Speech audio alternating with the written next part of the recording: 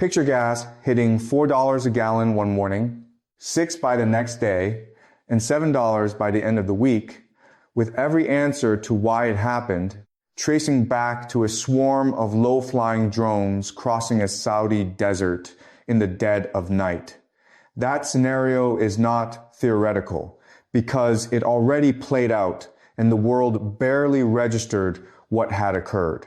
Today, we are covering Iranian and Houthi attacks on Saudi oil infrastructure, what actually happened in September 2019, how global markets nearly cracked open inside 48 hours, and what all of it means now that the Middle East is once again pushing toward the edge. If you're learning something here, please hit subscribe. Many of you are aware of what's been happening with the channel. If you feel like supporting a link in the description, I spent months researching what's coming between 2026 and 2030, and I put it all into an ebook called The Next Global Shift: How to Stay Ahead of Economic Collapse and War, the economies, the conflicts, the moves you need to make. If you want my ebook, link in the description. Let's get into it. Number one, you need to understand what Saudi Arabia actually is in the global energy picture. Most people treat it as a wealthy desert kingdom, and that description isn't wrong, but it completely misses the deeper story, which is about concentration and vulnerability. Saudi crude oil exports in 2023 came in at over 310 billion US, and that figure represented roughly 16% of the entire planet's oil trade revenue in a single year.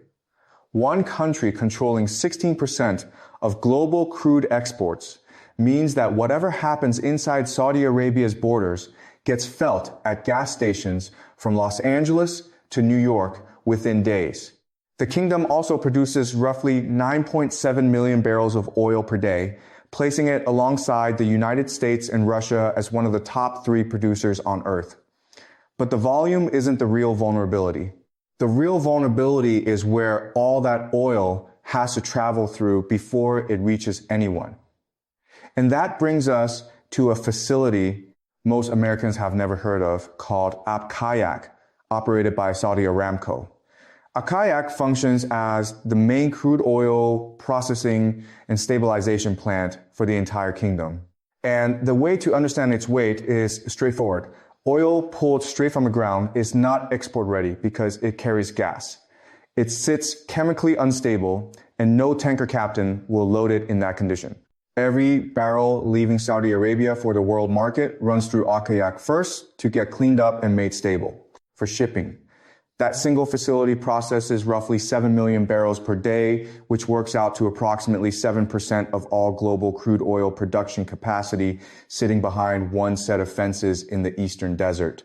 And then there's Ras Tanura, Saudi Arabia's largest export terminal, where stabilized crude gets loaded onto ships and dispatched to buyers across the planet. Ras Tanura moves roughly 6.5 million barrels a day, handles about 90% of Saudi hydrocarbon exports, and carries around 7% of total global oil demand flowing through a single port. Once you absorb those two numbers, the reason Iran and its allies have had those two locations circled on a map for years becomes obvious.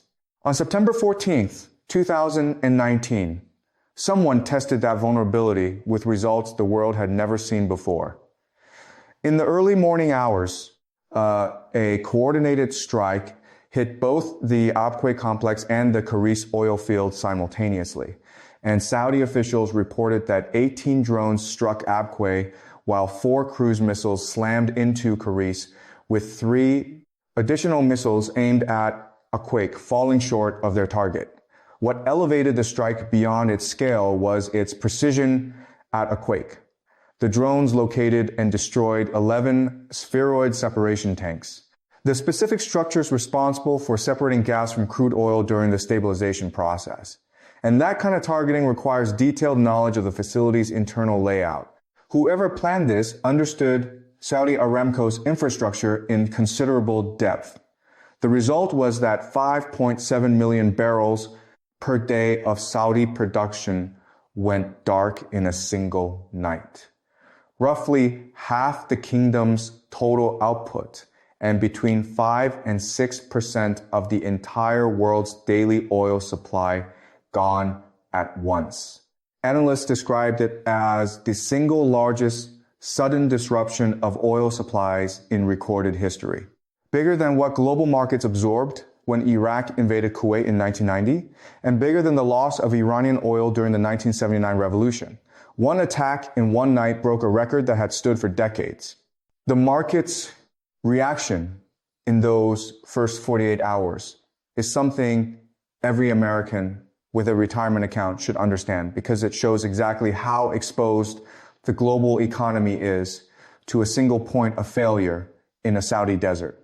When markets opened on Monday, September 16th, 2019, the first full trading day after the attack, Brent crude shot up nearly 20% in early trading, which represented the largest intraday spike in dollar terms since that contract launched back in 1988. By the close, Brent settled around $69 a barrel, still up about 14 to 15% on the day.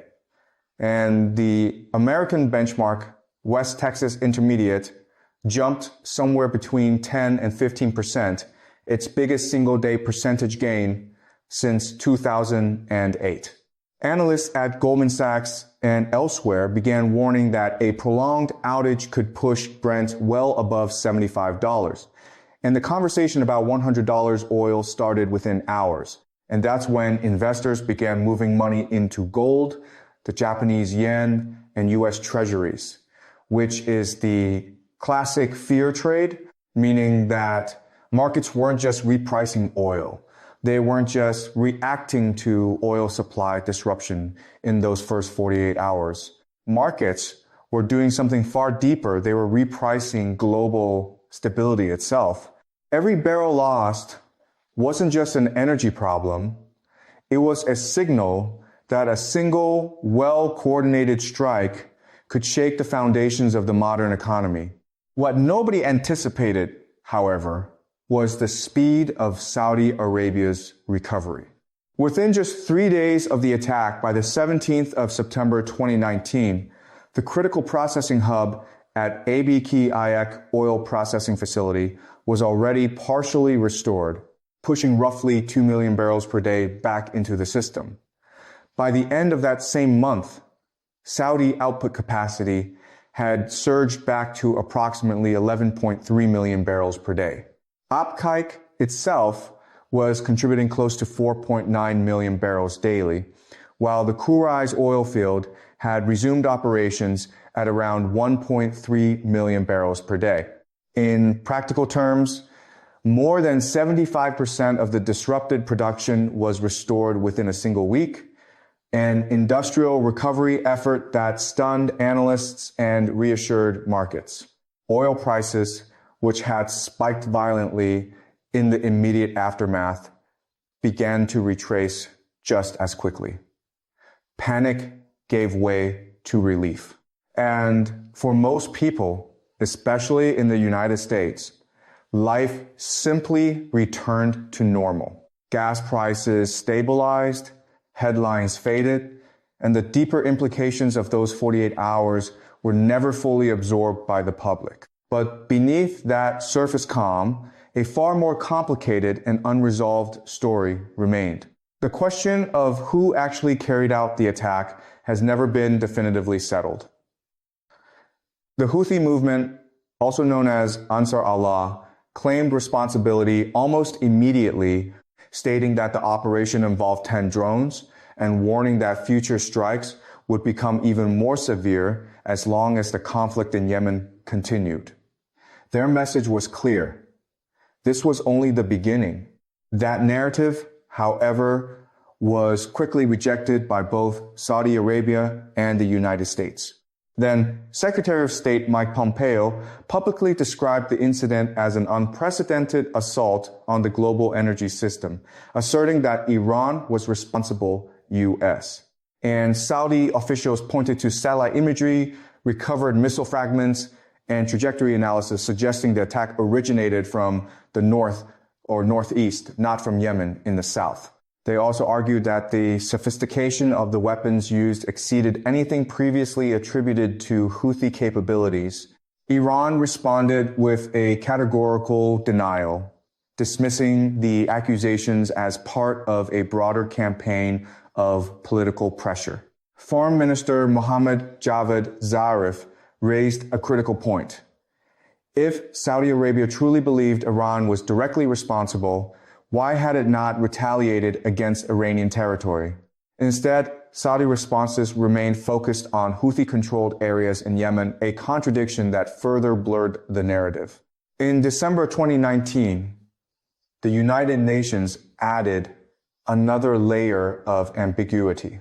A report delivered under Secretary General Antonio Guterres concluded that investigators could not independently verify that the drones and cruise missiles used in the attack were of Iranian origin. At the same time, the report noted there was insufficient evidence to show that the Houthis possessed the specific long-range systems used in the strike. The result was a rare geopolitical stalemate. 3 competing narratives, none fully proven, and no definitive conclusion. Yet focusing solely on attribution risks, missing the larger pattern. The 2019 attack did not occur in isolation. It was the culmination of a sustained campaign. Since Saudi Arabia's intervention in Yemen in 2015, the Houthis have carried out hundreds of missile and drone strikes against Saudi targets. According to the Center for Strategic and International Studies, more than 250 confirmed attacks took place over a 3-year period, with strikes increasingly targeting civilian and economic infrastructure. This capability did not emerge organically. It was built over time through external support. Iran's Islamic Revolutionary Guard Corps, particularly the Quds Force, along with Hezbollah, provided weapons, training, and operational guidance. The strategic logic is straightforward. By enabling proxy forces to threaten Saudi infrastructure, Iran can exert pressure on its regional rival while maintaining enough distance to avoid direct military confrontation. The pattern was already visible months before the Abqaiq strike. In May 2019, Houthi drones targeted Saudi Aramco pumping stations along the east-west pipeline, temporarily disrupting oil flows. September was not an isolated escalation. It was the next phase in a carefully evolving strategy. Then, in 2023, the geopolitical landscape shifted again. After years of hostility, Iran and Saudi Arabia agreed to restore diplomatic relations in a deal brokered by China.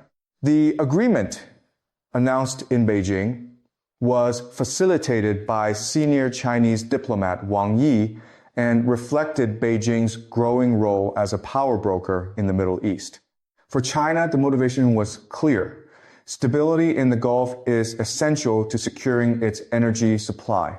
For Saudi Arabia, the expectation was equally clear. Reduced tension would translate into fewer attacks on its critical infrastructure. But diplomacy does not automatically dismantle proxy networks. The Houthis remained armed, organized, and operational, and the underlying regional rivalry never fully disappeared. Now, as of 2026, those tensions are rising once again. Reports suggest renewed coordination and preparation for potential strikes targeting not only Saudi infrastructure, but also vital maritime routes such as the Bab el-Mandeb Strait. This choke point is one of the most critical arteries in global trade, and any disruption there would ripple across energy markets worldwide. Saudi Arabia has so far maintained a cautious, neutral posture in the broader regional escalation, But analysts widely agree on one point. A successful strike on major facilities like Ras Tanura refinery or key Red Sea ports would likely force Riyadh into direct involvement. At that moment, a regional conflict could expand into something far more dangerous. All of this leads back to a single uncomfortable reality. The global oil system is built on concentration on a handful of facilities and transit points that carry disproportionate weight, a single processing center, handling around 7% of global crude capacity, a single export terminal, moving roughly the same share of global demand. Both have been targeted before. Both remain exposed. What the world witnessed in September 2019 was not just an attack, it was a demonstration, a proof of concept that modern energy infrastructure, no matter how advanced, can be disrupted with precision and relatively low cost. And the next time it happens, the outcome may not resolve as quickly. So when oil prices spike overnight, or when you see headlines about drones over the Gulf, understand what is really being tested. This isn't distant geopolitics.